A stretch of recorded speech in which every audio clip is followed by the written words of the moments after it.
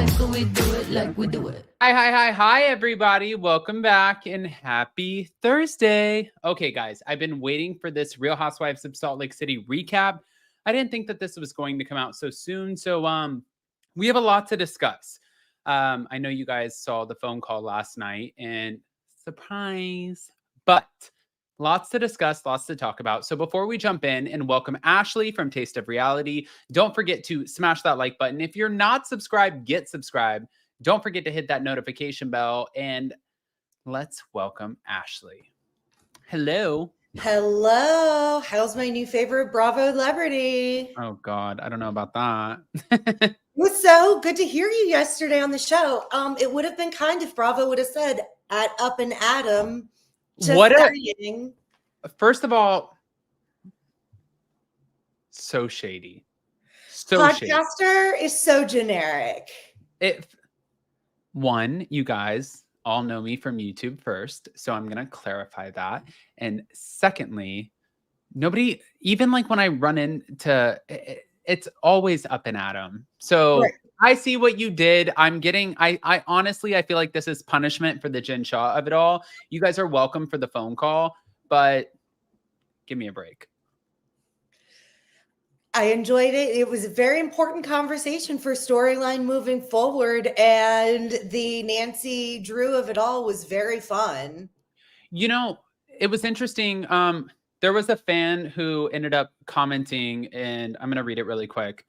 Fun fact, you need to sign a release form for them to use your voice on a reality show. Every time you've seen my face, voice, or podcast on a Bravo show, I've granted advance permission and signed a release. I'm not saying Whitney's call was staged, but so I just want to address this really quick. Common sense, you guys. That's not groundbreaking news. If you are picked up, whether you have a clip or you are going to film a scene, or even if you're going to be in the background of a scene for anything, like when I was a host on Vanderpump Rules, I think it was season 3, I would have to sign a release every single day before I came in. You always have to sign a release. So it's not really a fun fact. It's just sort of common sense. So if people don't know that because they're not a part of it, then I completely understand. But yeah, that's not like some groundbreaking. Not groundbreaking. It's not groundbreaking. Yeah. The call, what did you think about the call? First of all, it didn't sound like you.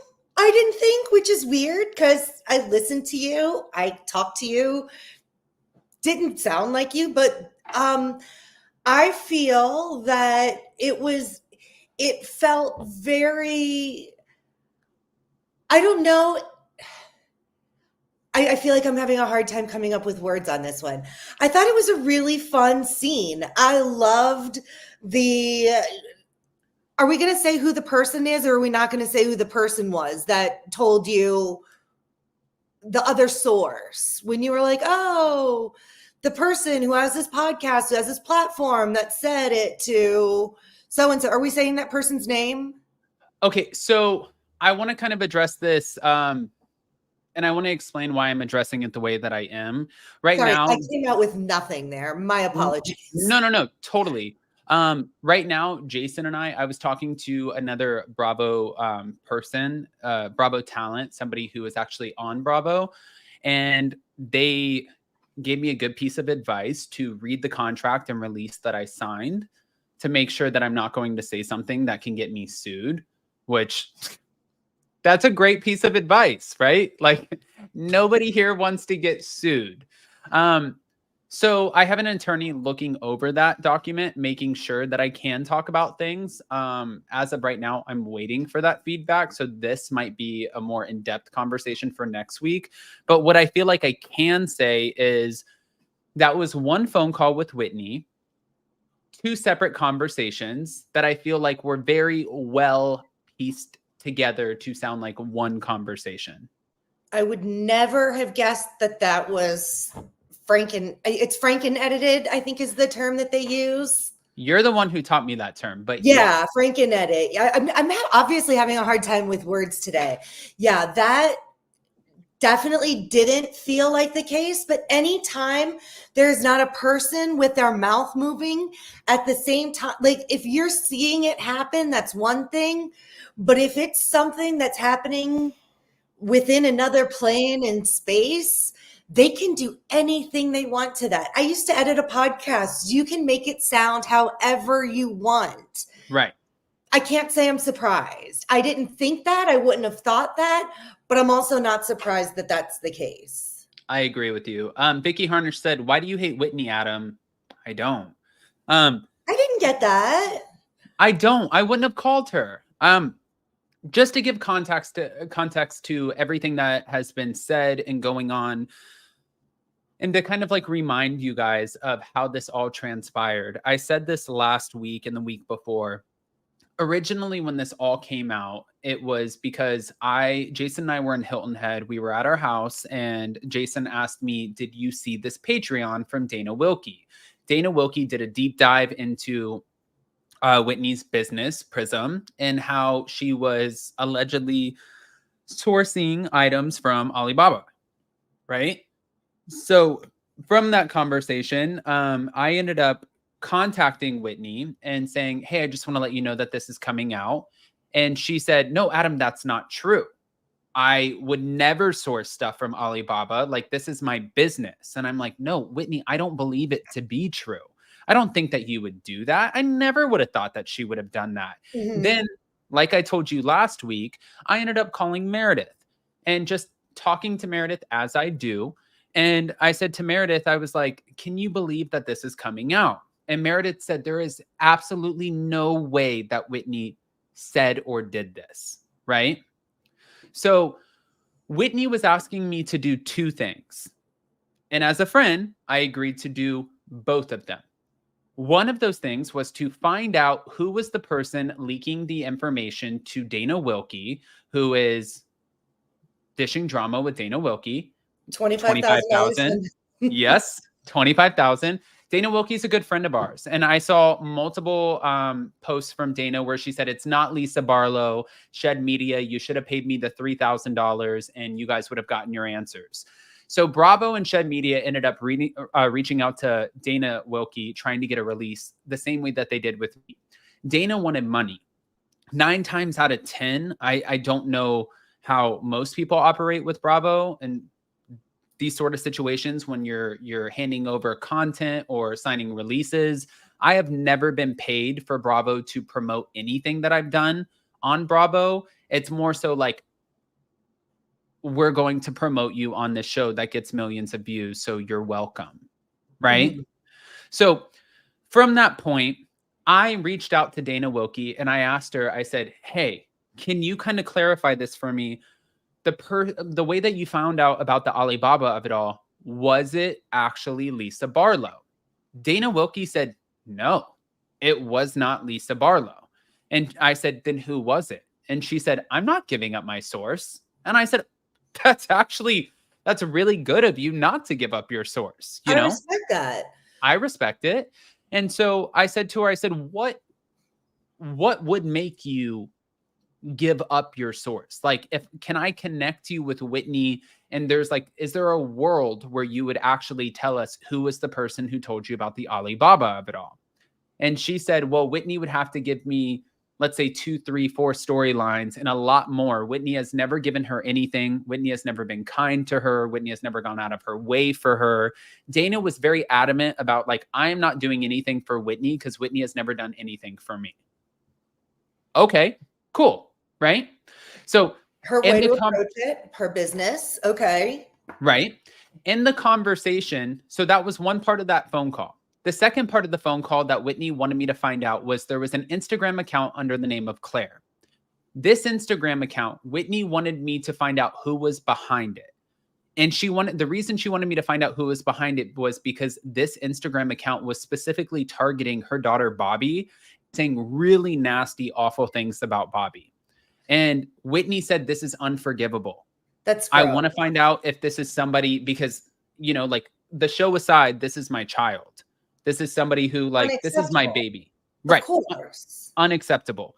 So she said, you know, like, if you can help me find out who was behind the Claire account, then that would be great. So I said, okay, I'm going to look into this. Now, cut to the conversation, to the phone call. Those two topics were in the same phone conversation, but how it was edited, and I'm not going to give away more than this until I find out from attorneys how much I can say, but how it was edited was to make it look like it was one conversation about the same topic. And the way that they were able to very cleverly edit it that way was because in between the conversation, they cued the confessional from Whitney saying, Adam is a podcaster who is one of my good friends, and it separated the audio. And last night when I was listening, I was like, oh, that's good. You guys are good. Ooh, gosh, that's such a fascinating piece to this reality puzzle. Wow, the power of editors. And the editors only have as much control as the producers allow them. So the producers, I would say, dictate what goes down, but the editors can just really paint a picture so beautifully. And then the sound bites they use, yeah, the B-roll in the background, just the scenes, you know, playing in the background from other episodes and whatnot. They are good at their jobs, earning their checks. Well, and then another piece of information that I think that people should know, JJ and Zach's mama said, so Lisa was the one who put the story out of Bobby, basically. No, I didn't say that. Thank God. What I was told was I can ask questions. Now, I don't know how you guys operate, but just for me specifically, when I talk to people, and we're all kind of in the same world, like me and my friends who cover Bravo and do, like, say it's bloggers, podcasters, YouTubers, if they won't give me a source, I do ask, like, hey, can I ask you questions and try to weed out who I think it is? And they'll be like, sometimes no, or go ahead, sure. And I was weeding out people, and this person agreed to it. Not Dana Wilkie, but this person who does not want to be named until they do. And I'm sure that they'll come out when they're ready. And I think that they have their own information. And I think that this will happen towards the end of the season. And I know that sounds so vague, guys, but you have to bear with me because this is all going to play out. We have to respect that. Yeah. Thank you. It's law.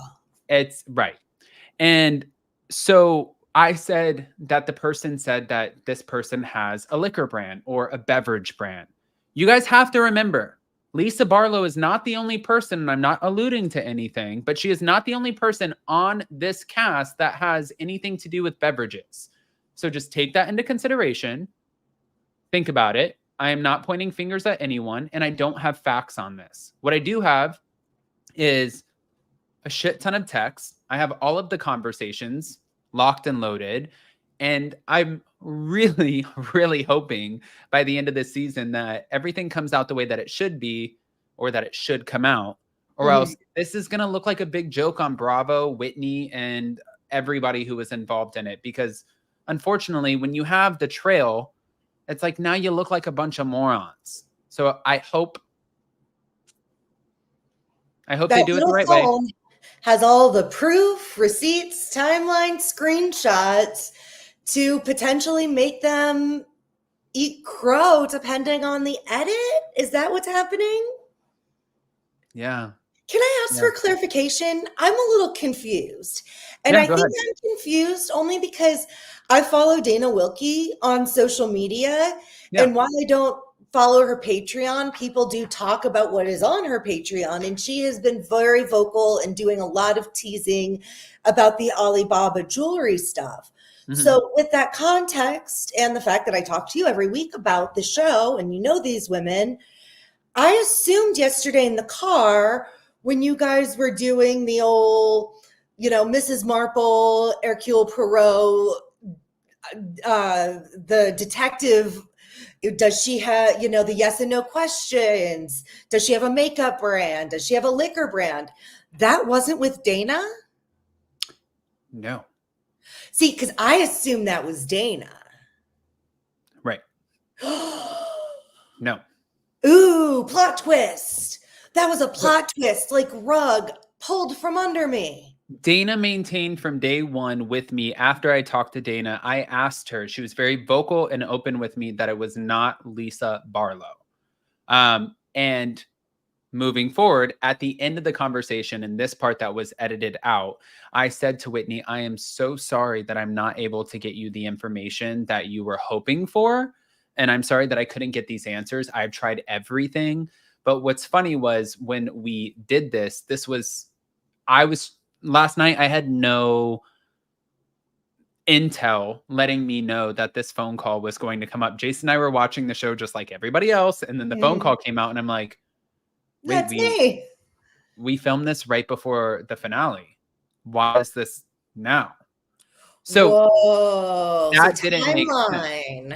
Timeline. But it goes with a clap. We have to say timeline clap. It's just the way it is.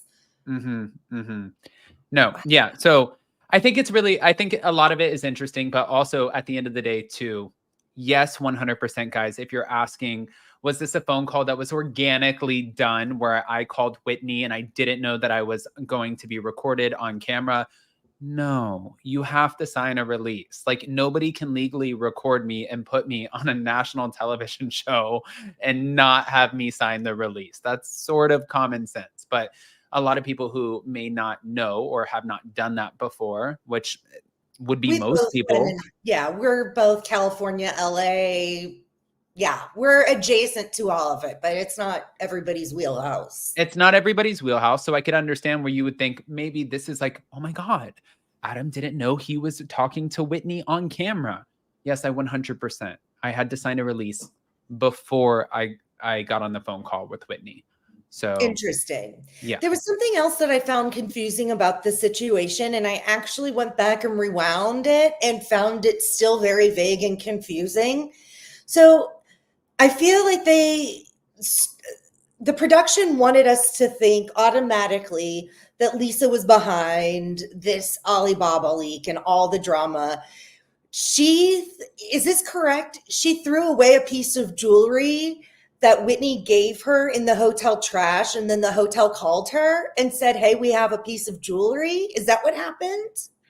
That was weird. Did anybody else find that odd? I didn't understand. Like, I was eating cookies at the time, so maybe I was distracted, but I found it very confusing.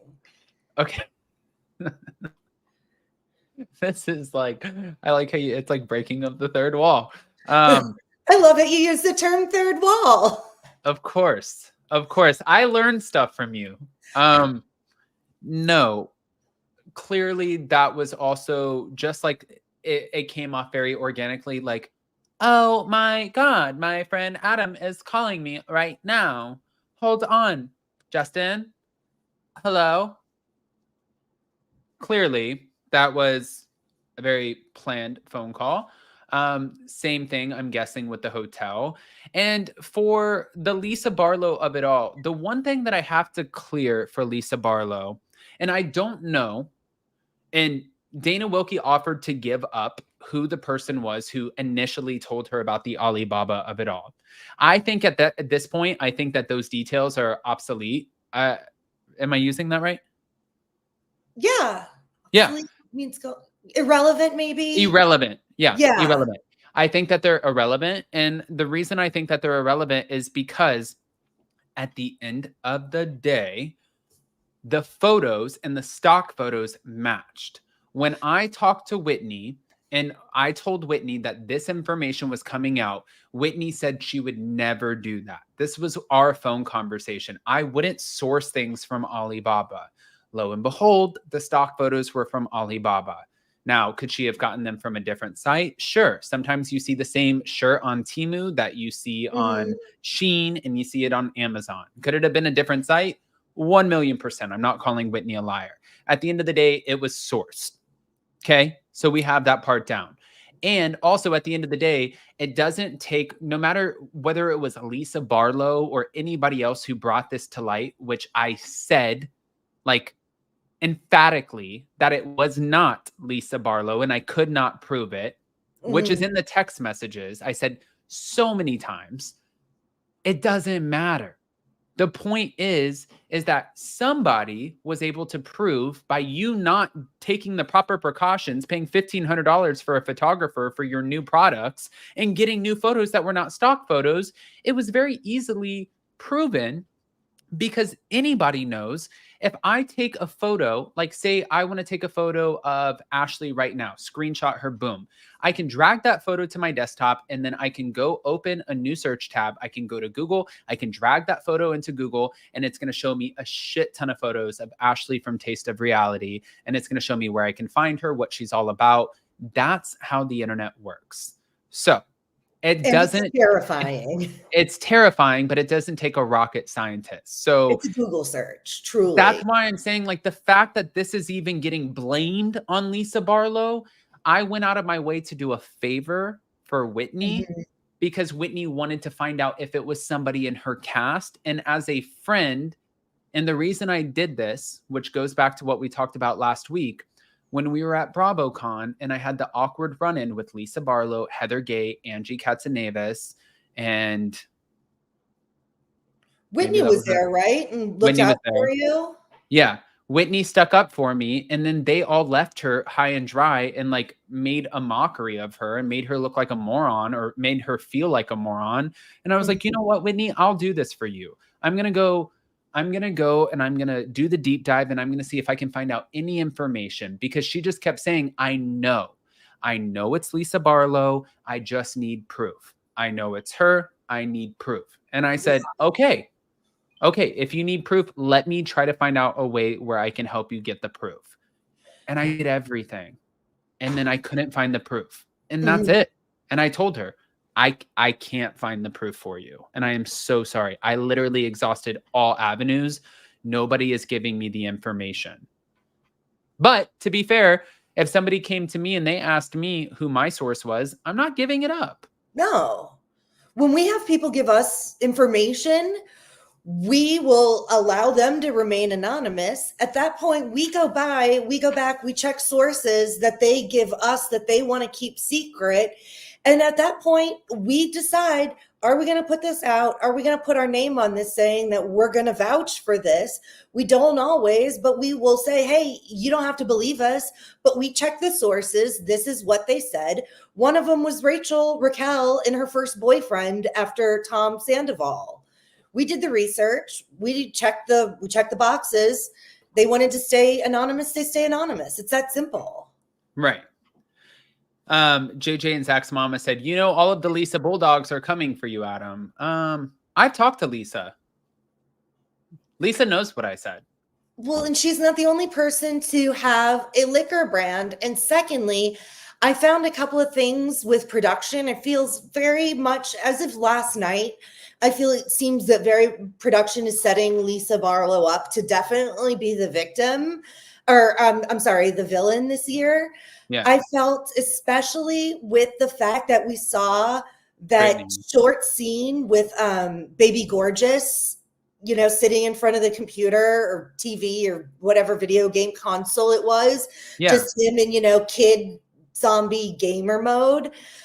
That wouldn't have been included. I feel like they just put in little things to maybe make Lisa Barlow not look great in this last episode. And it looked like a lot of setup to me. Like, they're trying to make Lisa Barlow look bad. Which is fine, because that's what happens. It's a TV show. Everybody has a season. But I do want to say, I think to end it off, we are finding out how much more I can talk about the phone call. And these things are going to play out going into next episode. You're going to see where this is carried on. Clearly, the timeline is not matching. The math is not mathing. That phone call was not before these scenes, but you guys will see how it all plays out. I think that for editors, this was the best way to make it make sense. I'm not mad at them. They're editing something.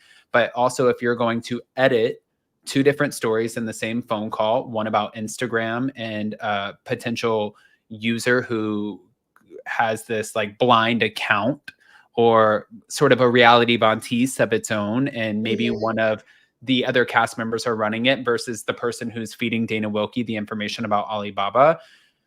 then be clear about it. And if they're not going to be clear about it, well, then that sucks. Too bad there's a paper trail. And that's the thing. How are you going to try to pull this stuff? How are you going to try to lie about these things when people have receipts, especially when it's somebody like you who has a platform? It's not like some random Tom, Dick, or Jane on the street with 300 Instagram followers. No offense to those people. There's nothing wrong with that. But you are not the same as that. You've got hundreds of thousands of followers. That's a lot of people. Yeah. So we're going to see how it plays out. I have one side, just to kind of sum this up, and then we'll get into the rest of the episode. I have one side of this cast, just to be transparent with you guys, telling me that Whitney literally ripped my name through the mud, made a mockery of me, called me a complete liar, and put all of the blame on me. I asked Whitney. Whitney said, don't listen to everything you hear. That is not true. I did not say those things. I didn't do that. I don't know why people are telling you that. Mm-hmm. Then on the other side, talked to Whitney, and I heard things about that side. So I'm hearing two separate sides of this story, with me being sort of like a common denominator. And mind you, a lot of people would be like, I don't like the attention. I don't mind the attention. but if I'm going to get it, then you better tell the fucking truth. That's all. And that's the point blank period of it all. Right. But we're going to get into the actual episode. What were your thoughts last night, by the way, of Mary Cosby coming in hot for Heather Gay? I don't know, like the spewing of the lies and the body positive. I mean, can we talk about this? Because this threw me off. It was a lot. Mary really has shown up, clocked in, and delivered.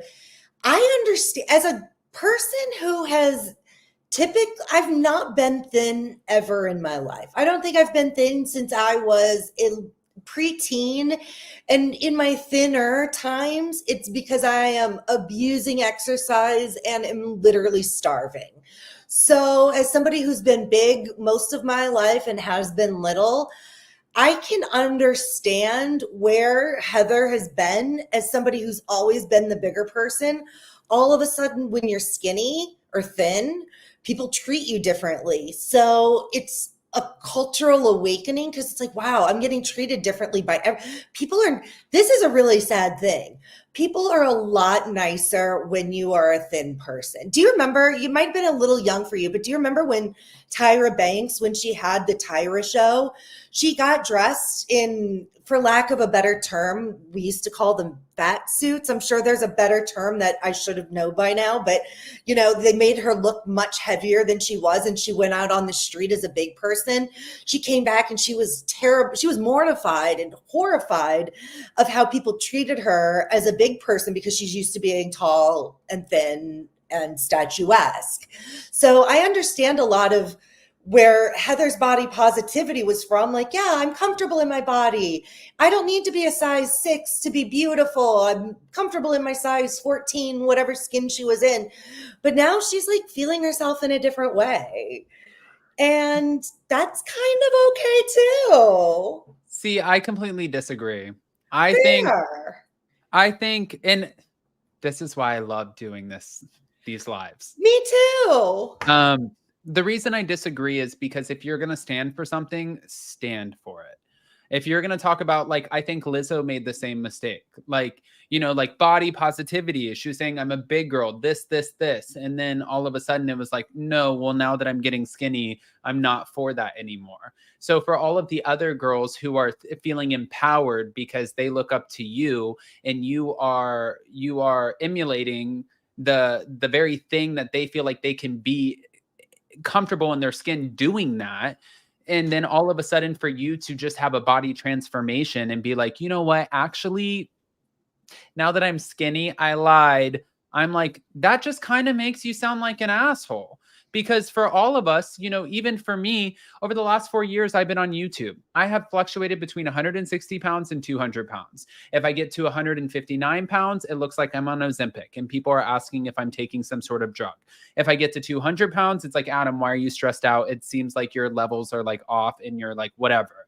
And Right. it's up and down, but I never talk about body positivity. I'm not the person to talk about it. And even if I'm 159 pounds or 200 pounds with muscle, I'm usually never happy with where I stand on what I look like. And that's just a me situation. But for her to sit there and to act as a spokesperson for this is body positivity and then be like body positivity is a lie, then now the people, like, because you can afford Ozempic and you can pay for the Ozempic that's coming out of being taken away from people who don't have access to the drug, who actually need it. Like my dad is almost 300 pounds. My dad is pre-diabetic.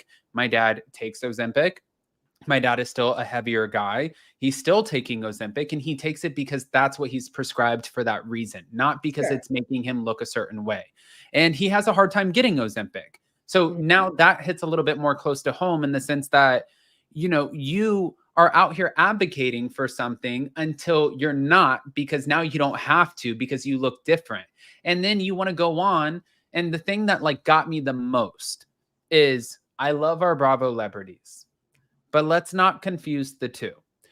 Lisa Barlow and Heather Gay going on, and Lisa Barlow saying, I'm a public figure and I have a lot of scrutiny. And Heather Gay being like, the whole world criticizes me if I am too heavy or if I'm too thin.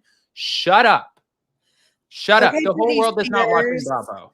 Okay, Britney Spears, piece of me. She's she's too big now, she's too thin. Like, that's literally a Britney Spears lyric, and I love you for it, but that's Delulu.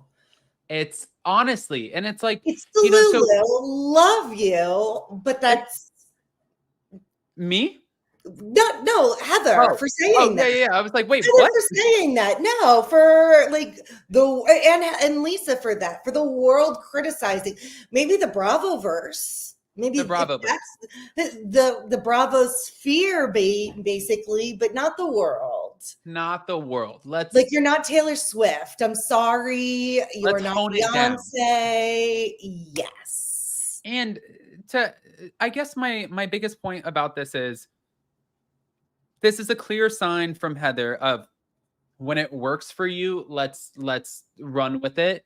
Let's kind of, okay, right now I am heavier. Instead of sitting here being down on myself, I'm going to run with it. And I'm going to be an advocate and a spokesperson for all of the heavy girls around the world. Right. And then all of a sudden, who doesn't want to be skinny? Oh my God. And I'm not shaming any of you guys who do Ozempic, but let's be very clear about that. Well, Ozempic is a shot that you are taking that is suppressing your appetite. You take it, it guarantees you to lose 20 pounds at least, if not more, in a set amount of time. Christina Aguilera, Kelly Osbourne, we have seen many celebrities take. I mean, Kelly we could go on. Dolores Catania. We've seen a lot of different personalities and public figures take it. But then now the very girls who have believed in you so much because you're eating your meat on a stick and your hot dogs and you might have a little bit of love chub, which you taught me that. And I'm like, that's me. I'm that love chub bitch. But like you might have a little bit of love chub and all of a sudden you're like skinny mini. Now you leaving these girls behind or these guys behind or gays or whoever is like thinking, wow, like, look, she did it. And she did it as a heavy figure. Now saying that, well, that's all trash. Be more responsible with your platform because you sound like a moron. And it's not the first time that Heather Gay sounded like a moron. The first time that Heather Gay sounded like a moron was when she lied about the black eye. Okay, fair. So freaking fair. And then there were several times she sounded dumb after that while defending of the black eye. I mean, so I'm going to agree with everything you said as far as like people having the body positivity, literally paying. And in fact, I've been to Beauty Lab. They actually do the semaglutide, whatever the technical term is. Like you can literally do it at Beauty Lab. So it's not. You can. Right. It's expensive. It's like $500. So this is something, unless it's medical for you, it is something of great privilege to be able to afford to do something like that. As far as I understand, you could take them up to like even once a week.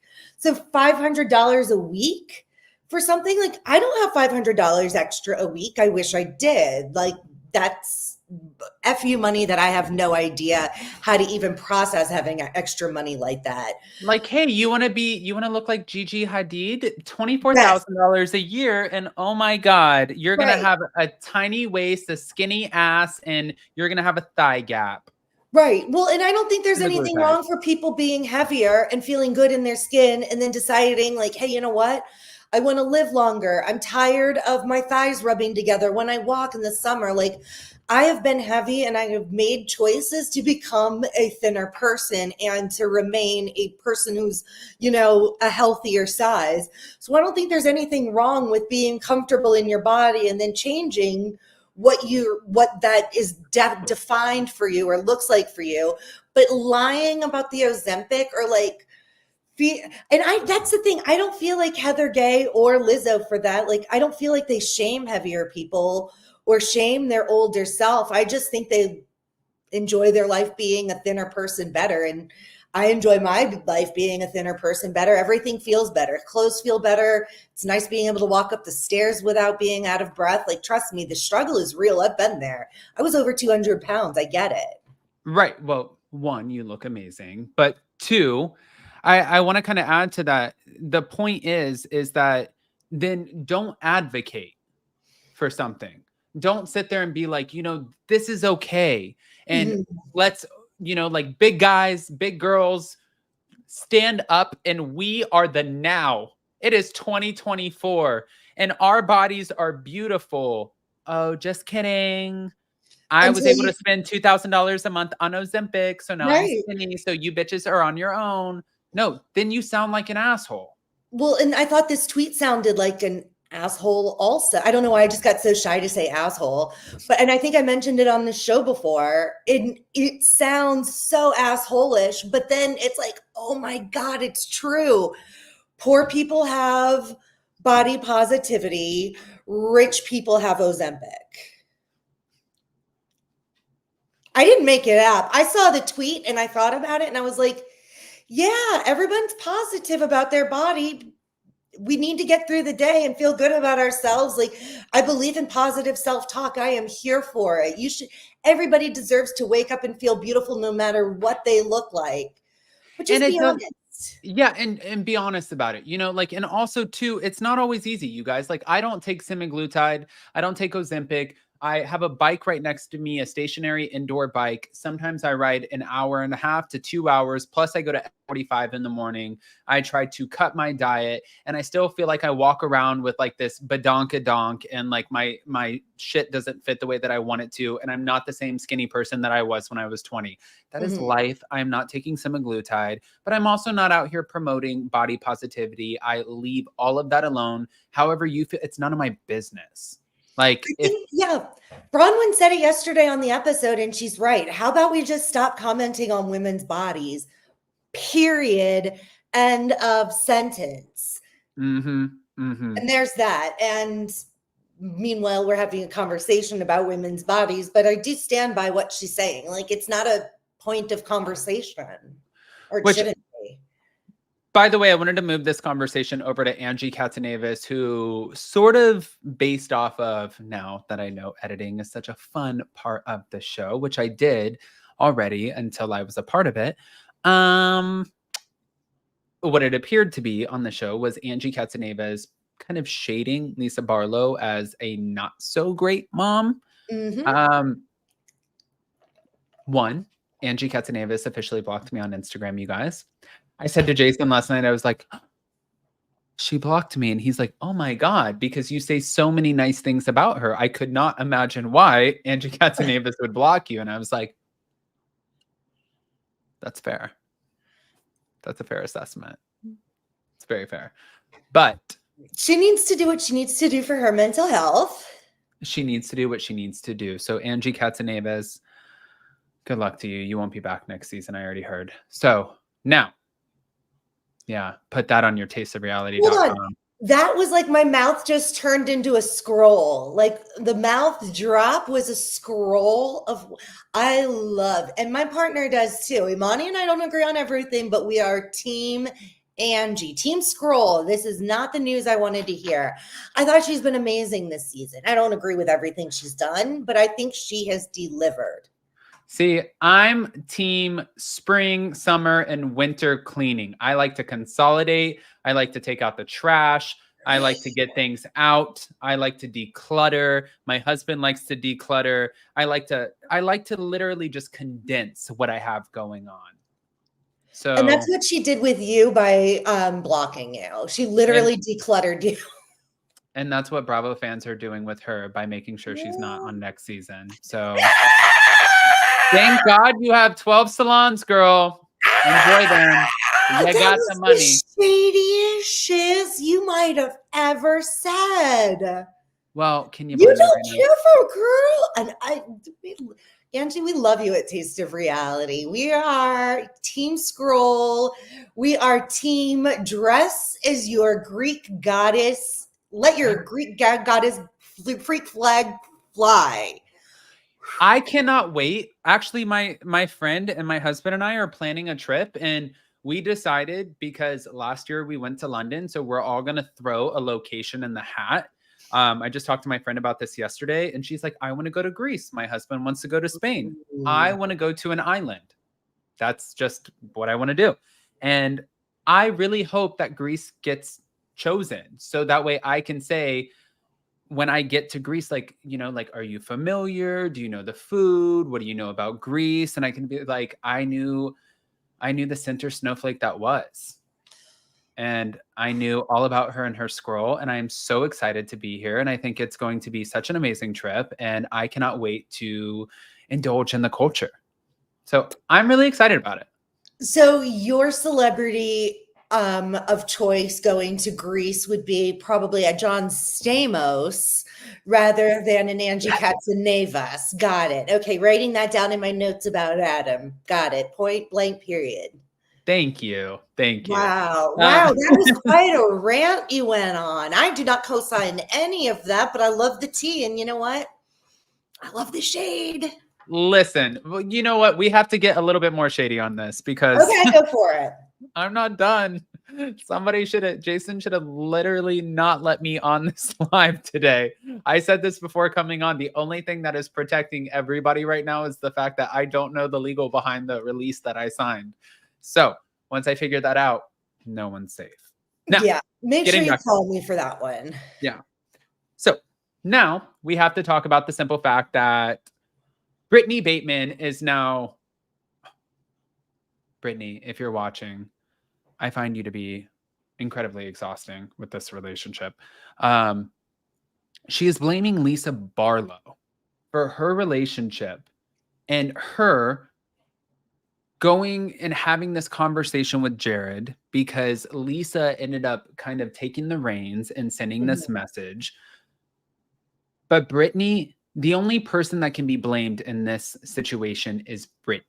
Because if you wanted to say anything, you could have said, like we were on a girls trip and they grabbed my phone and they sent a message and I'm so sorry, babe. And like, I didn't mean it. And they were being silly. And like, I'm not used to girls trips. And it was just like, it was fun. It was innocent. It was nothing. But instead she's like, Lisa, I have something to say to you and you need to stay out of my relationship because it seems like you really have a lot of investment in my relationship. And I really don't know what your problem is. And when Lisa looked at her, I kind of looked at her like Lisa looked at her like, bitch, what? What are you saying right now? Like I was Mary Cosby. Like nobody cares about your relationship. Nobody. You're the one who's sharing it with everybody. You're the one who's made 2 toasts. There's not been one other toast in the entire season. You're the one making this relationship is literally the word fetch, and she's dying to make it happen. She's literally trying to make it happen. And even last night when it was like, okay, well, Mary Cosby was like, then when Brittany was like, then don't talk about my relationship. And Mary Cosby was like, I won't. And Heather said, I second that. And Lisa said, I third it. it just shut Brittany down so fast when this was something that for Brittany, it was supposed to be a moment. It was supposed to be a moment for film. It was supposed to be a moment on the show. It was supposed to Mhm. lead into another storyline. And what happens is the OGs know how to start conflict, but they also know how to squash it. And if you're trying as a newbie, not necessarily knowing what direction this could go in, but also just sort of dropping a bomb or inserting something that could potentially, like, you're planting a seed. Is it going to grow into a tree, or are you going to have a dead plant? She literally went in hoping that this was going to lead into more conversations, and they shut her down so quick, which is pretty embarrassing. It's like, I would definitely agree with that. yeah, Yeah, the secondhand embarrassment on that one was real. yeah, I agree. I agree. This was Yeah, quite the episode. I have to say though, the secondhand embarrassment for Brittany is real. The cringe that you mentioned, how awkward it is and hard to watch her, I'm going to stand by everything you said, but I'm going to go ahead and flip the table. I mean, Okay, Teresa TJ style, I'm going to flip the table. flip it. I don't know. This didn't get around in the media like I thought it would. Did the story of her suit against the father of her children, did that make its way onto your radar? So it did make its way onto my radar. Here's the thing. This is what I've heard. And this is why I haven't spoken on it. I only spoke about what I saw in the press. Mhm. I did hear a little bit because I do know somebody who was on the production crew of this season of Real Housewives of Salt Lake City. I met them in July, and I heard that Brittany is going to come off a little bit more interesting once we find out the backstory of everything with her ex. So I think once Jared Osman is out of the picture and this drama is out of the picture, I think that she's going to heavily lean into that. I don't know why this is just now coming out. Mhm. I am curious because they filmed this. When did I do that phone call? I did that phone call and it was like, this was all happening between February and now. Okay. Yeah. So I don't know why, if she was filming this, why all of a sudden this would just come to light unless it was a clever plant of information in order for this to be something that people are looking forward to when it comes to the show. Well, and that's the thing. Do you see my screen right now, or do I just look like myself? Do you see what I'm looking at? No, you just look like yourself. Okay. The technology, I'm a dinosaur, sorry. But I'm looking at this. I did an article. If you are at Taste of Reality, it's search Brittany Bateman ex abuse control alleged, because I'm not getting sued. There's a lot of a trigger warning here: control, abuse in her relationship, severe emotional distress from her 6.5-year relationship. He dictated the clothing she wore, the makeup, who she was allowed to speak to. She didn't get to speak to family members that weren't around her. She would get in trouble if, like, she looked at another man, like, just in public. It sounds like she went through a lot. And the reason that I'm mentioning that is because, oh, you pulled it up. Thanks. The reason that I'm mentioning that is another Britney, Britney Spears, the Holy Uh-oh. Spirit. If you have read Britney Spears' book called The Woman in Me, every time, trust me on this one, every time she went through some trauma, which I think it's fair to say that Britney went through trauma with her ex, Britney Spears would go backwards developmentally. And that's why she a lot of times appears to be acting childlike, like a little girl. And that's why the book is called The Woman in Me, is because she knows she can be that person. But every time she becomes that person, she goes backwards because of all the trauma. I'm connecting that to this Britney. This Britney acts like me and my friends did in high school with our first boyfriends. And I'm not saying that in a demeaning way at all, but the immature approach to this relationship that we see with this Osmond guy just looks so immature, and maybe it's the trauma that she's dealt with that she has not quite developed. For a woman her age, she's probably in her 40s, she should know better, but because of the trauma, maybe that's why she's kind of stumped. Maybe. See, I'm going to play devil's advocate here. Please, I'm giving her some grace. I'm getting Julie Cooper. You're getting what? Julie Cooper from the OC. Oh my God, I love a Julie Cooper reference. Julie Cooper's a monster, but I love a lovable monster. I'm not calling Brittany a monster. Okay. I have a friend whose mom is the sweetest woman when you meet her. And I always thought, like, man, if I didn't have my mom, I would love to have this mom. And it was my best friend growing up. And I used to listen to her. She was dating, and she was really good with shit. She was always the victim. She was great at master manipulation. She was great at making everyone feel bad for her. My parents felt bad for her if she ever needed help. And, you know, she'd be like, you know, like, I can't do this right now. And I remember my dad stopped helping at one point because we went over to pick up my friend Trevor.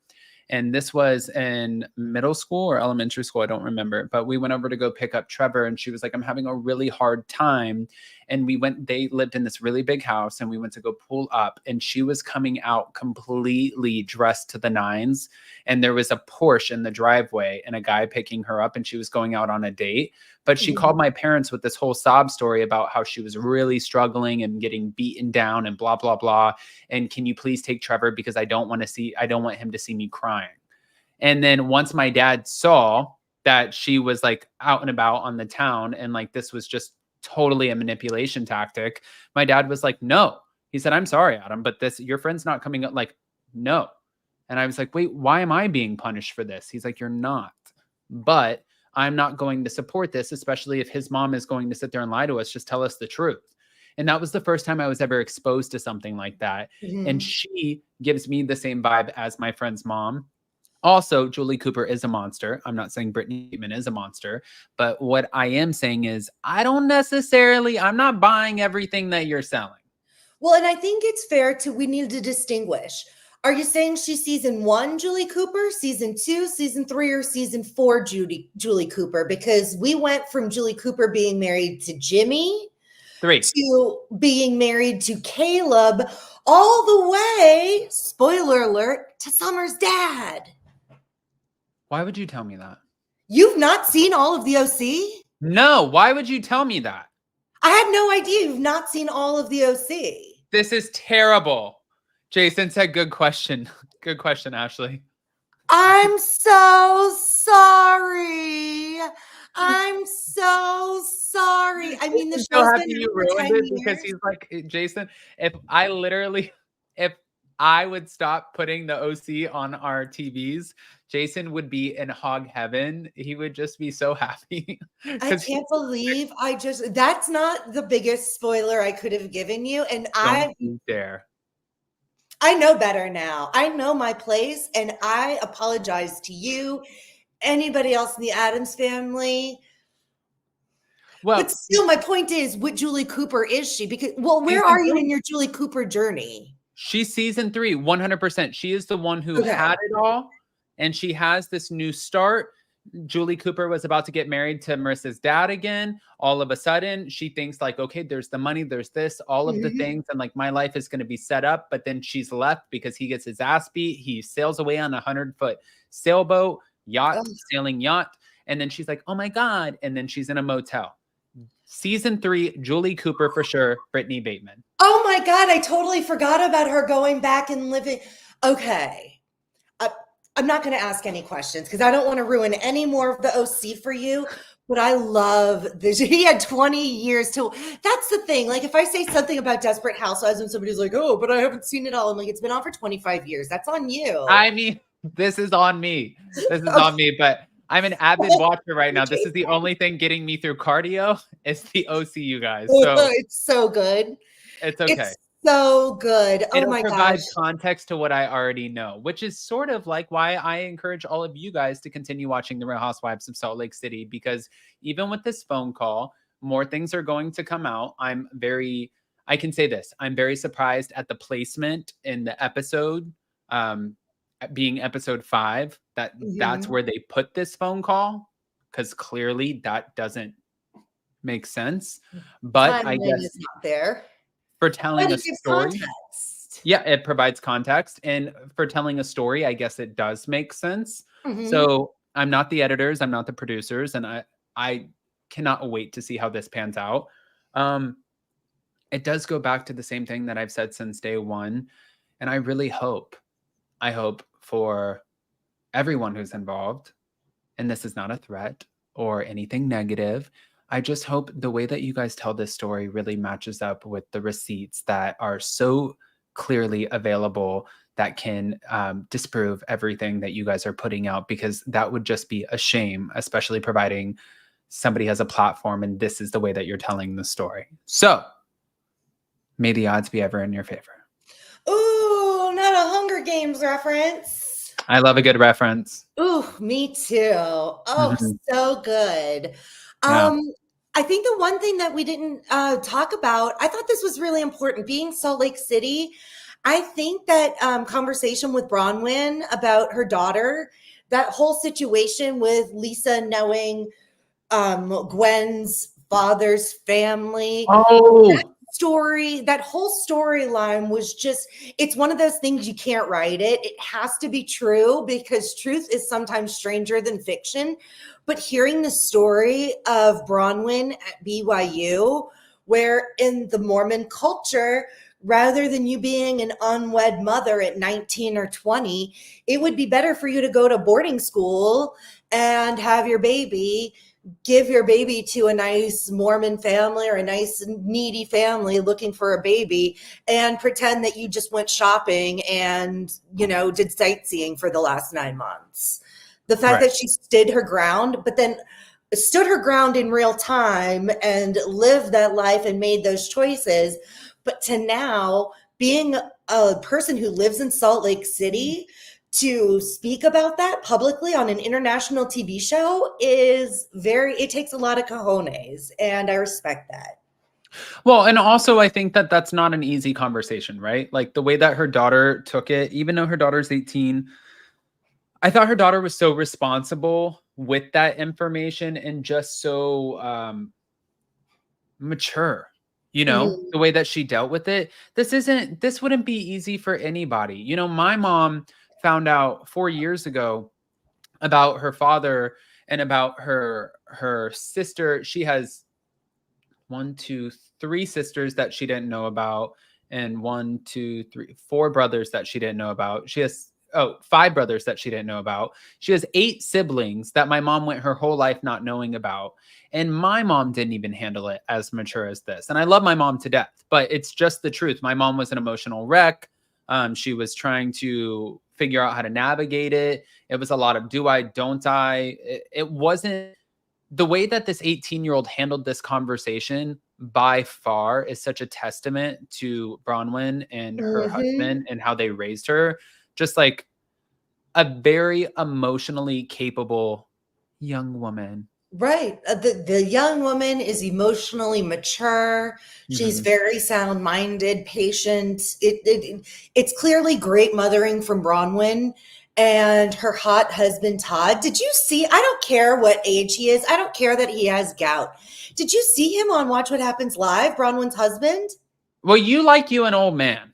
He's so handsome. I like, you know what? He's a very attractive man. He is a very handsome older man. I But mean, also for a man Ashley his age, he's a babe. Ashley has a thing for Ashley's like, I don't care if I'm dating grandpa or great grandson. She has said this right here. She's like, I am not discriminating. I'm not an ageist. I Okay. think all people are interesting. I Yeah. find interest in so many different things. It's worth getting to know a person. It's worth getting to know a person. And you know what? He looks like an incredibly nice guy. And also he did take on that role of fathering her daughter. And it seems like they've done, again, such an incredible job. So there's nothing you can say negative about Bronwyn or her family, even the way that she has not been caught in a scandal. even the conflict that she has had, she clearly said, I told Whitney the same thing that I told you guys, that you guys are trying to turn into something that it is not. She very calmly calls out things and tries to have some sort of resolution. And it doesn't always work for her, but she does approach it very calmly and rationally. I am a Bronwyn fan. Yeah, she has a point. She's never just come out of nowhere with nonsense. Everything she says is grounded in truth, and I respect that. I think she speaks very well for herself. She's fair. I enjoy her. She delivers every aspect of a housewife that I like. I agree. Chrissy G, will there be a live show tomorrow? No, guys. I'm going to be flying out of town. We're going to the Berserkshires, which is going to be so much fun. So jealous. Tell Dorinda I said hi. I will tell her. Oh my God. Do you get to stay in the fish room? No, I'm staying in a hotel. Okay. Yeah, that's so cool. I can't believe. Can you imagine? I haven't met you, but let me stay in the fish room. Like, that would be even more. I would look at Dorinda like, why are you letting me stay in your house? So hold on. How, like, she invited you to a party? Yeah, so the thing is I've spoken with Dorinda multiple times. She's super, super sweet. Her and her sister, Melinda watches Up and Atom on YouTube, the channel, and just really, really sweet. And, you know, like, anytime we've ever talked, we've had the best conversations. What I respect about Dorinda is, like, she's not going to give away spoilers. She's not going to overshare things, but she is somebody that, I mean, even listening to her talk about her daughter, Hannah, she's so intelligent and interesting. Like, listening to her, I feel like it's almost like, I feel like I'm not even supposed to be there, because I'm like, what? Like, what are you saying right now? And Jason makes fun of me sometimes, because if I don't understand what somebody's saying, it almost looks like I'm rude, but I'll Google the words. I'm like, Jason's like, put your phone down. I'm like, shut up. So with her, I feel like I learn a lot. And yeah, so she's having a Halloween party, and she was very gracious enough to say, hey, if you would like to come, you are more than welcome. And I thought that was really sweet. And I'm really excited to see Bluestone Manor. I need full details. I am so excited for this journey for you, but I'm also excited for this journey for me, because I get real life information. And also, guys, take your shoes off before going upstairs. I thought about that. Yeah, I would go back and rewatch the girls' trip at Bluestone Manor just for the house rules, just to make sure just no eating in bed. Shoes upstairs and eating in the bedroom. Those are the big ones. Neither. Fair. And also next week, next Friday. So this Friday, you guys, we will have no hot, messy topics. And next Friday, we will have no hot, messy topics. Next Friday, I'm going to be in Salt Lake City. So. I loved Salt Lake City. It's so beautiful there. You know what's so funny is I'm going out to dinner with Angie Katsunevis. And after she blocked you? I'm just kidding. I was about to say, I love this breaking bread. That's hysterical. No, I'm not. Are you going to be visiting with any of the gals? And by the gals, I mean my imaginary friends from Salt Lake City Housewives.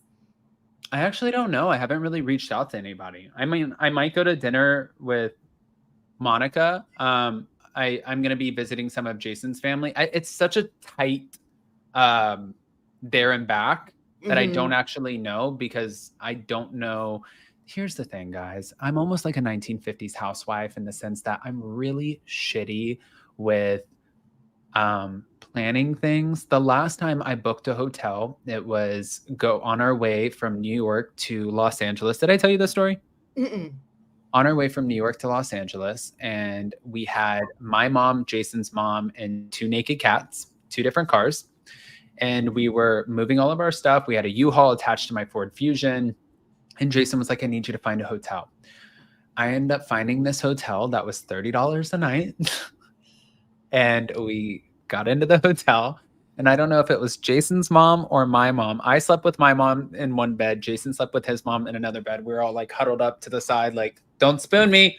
And it was either them or us, but one of us laid in the bed, and the bed going from flat, this is the headboard went, and like we put all the weight down, and then we were walking around, and I don't know if it was Jason or my mom, but somebody stepped in dog shit. There was dog shit in the room already.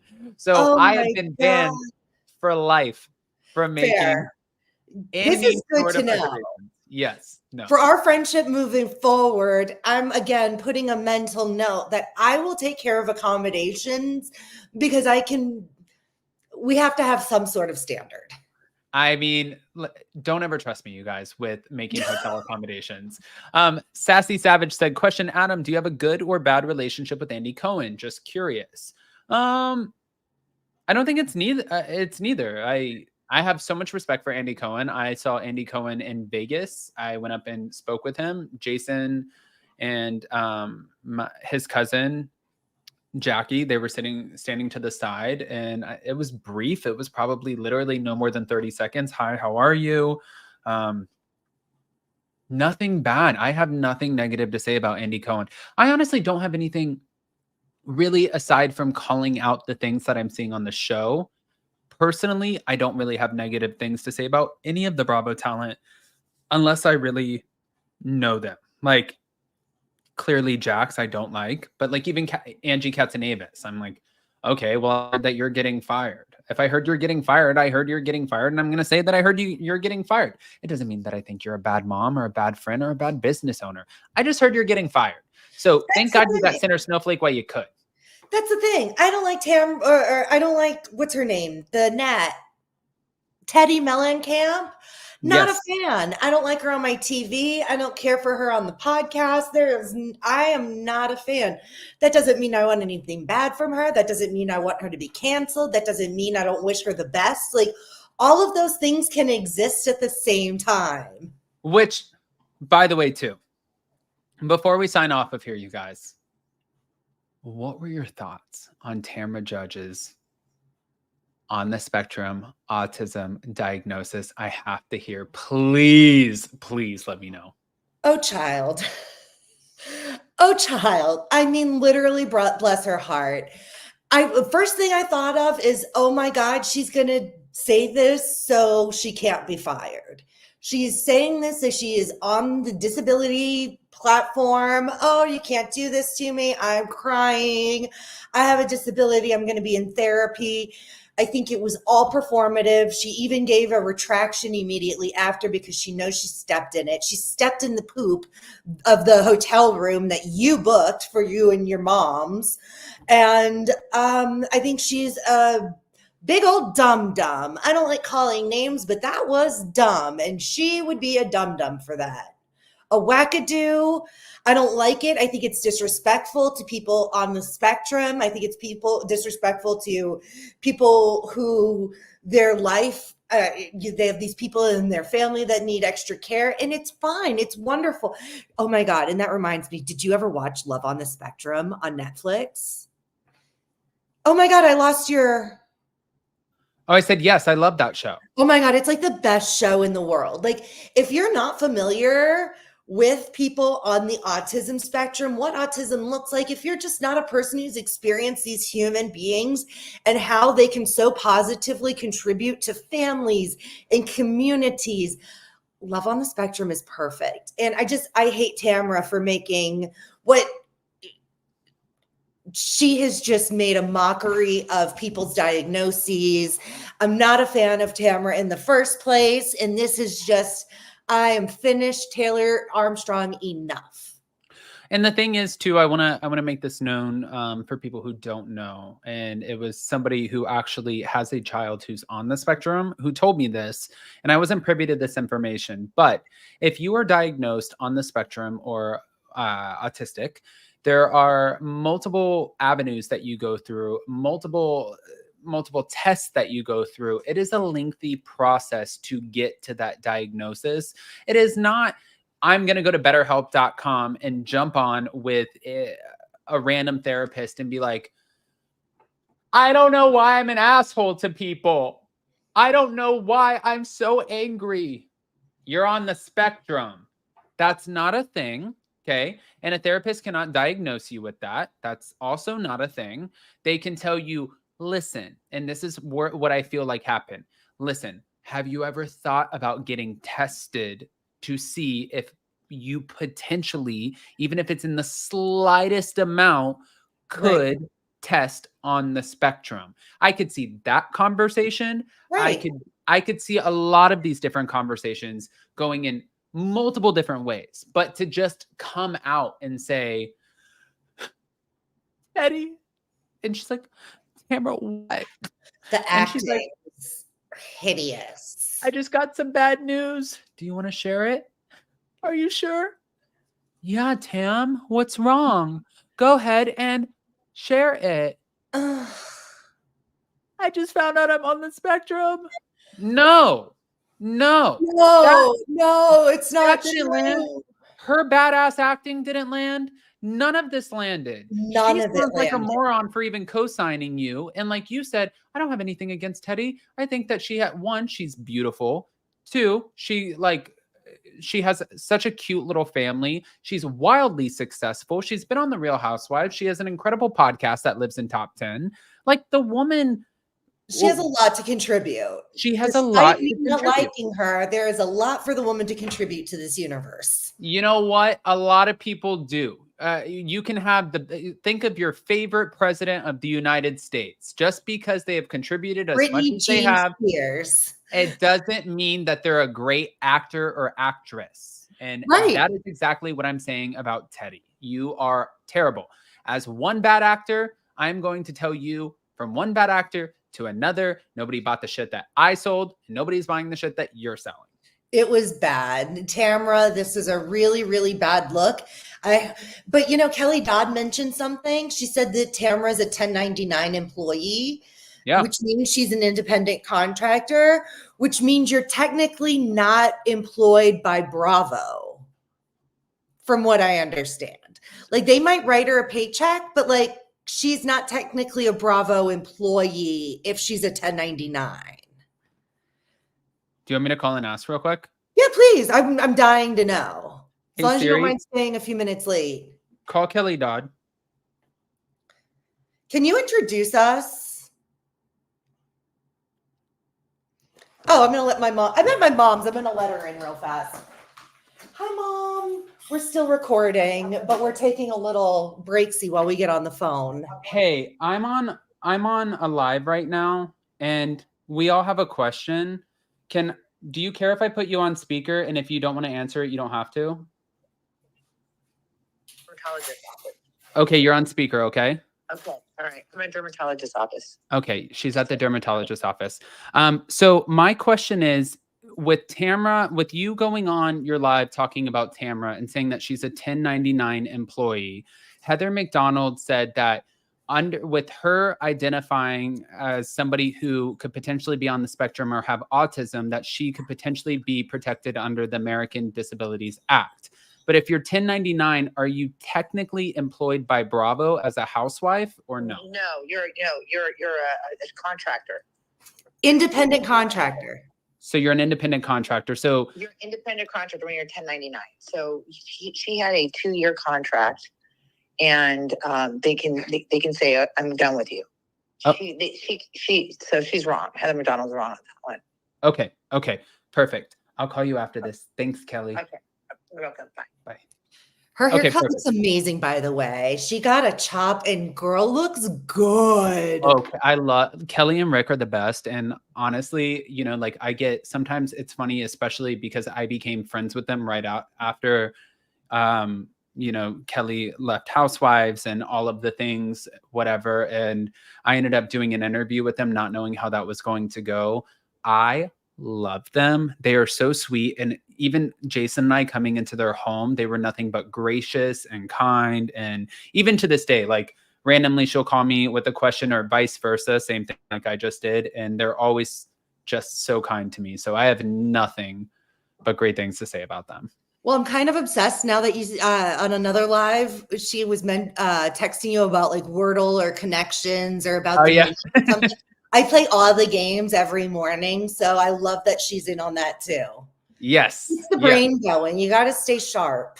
Just the brain going. But for that, guys, we have covered so much today. I know that Ashley has a full day too, and as you guys could see in the background, Ashley's madre has entered the building. So we're gonna let Mommy's Ashley. here. Mom's there. We're gonna let you guys find out right now from Ashley where you can find her, and yeah, we're gonna go from there. Yeah, well, you can find me here at my mom's house on Thursdays when I do lives with Adam. I love spending Thursdays with my mom. We snuggle in bed and watch Dateline and Dancing with the Stars. Does life get any better? That would be no. This is our Instagram. Imani is amazing. She runs our social media page. I'm a dinosaur. You would have no content if it was up to me. So thanks, Imani. It's tasteof_reality.com. I said this, by the way, to Jason yesterday. I'm so sorry to interrupt. I said this to Jason last night. I said this on one of your lives a few weeks ago, and Oh, it maybe went that's like where it was. It was in my head. Yeah, it went like all over like a lead balloon, but it's true. I don't think in every scene or every picture, but in this confessional, she is Paige's big sister. Yeah. I mean, they look so much alike. They do.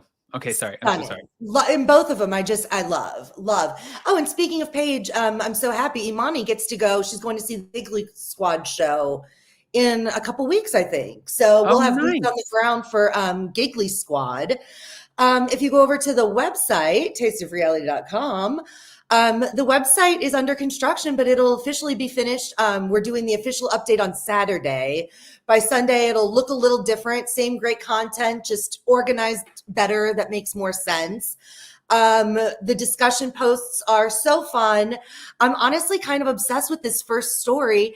I live in Las Vegas, the one at the very top of Lisa Vanderpump. She just bought a $5 million house here. She already has 2 restaurants. Her 3rd opens next month. I went online this morning. She has already hired all positions for her new restaurant, Pinky's. So if it's completely staffed, that means we are going to have a 3rd Lisa Vanderpump restaurant here.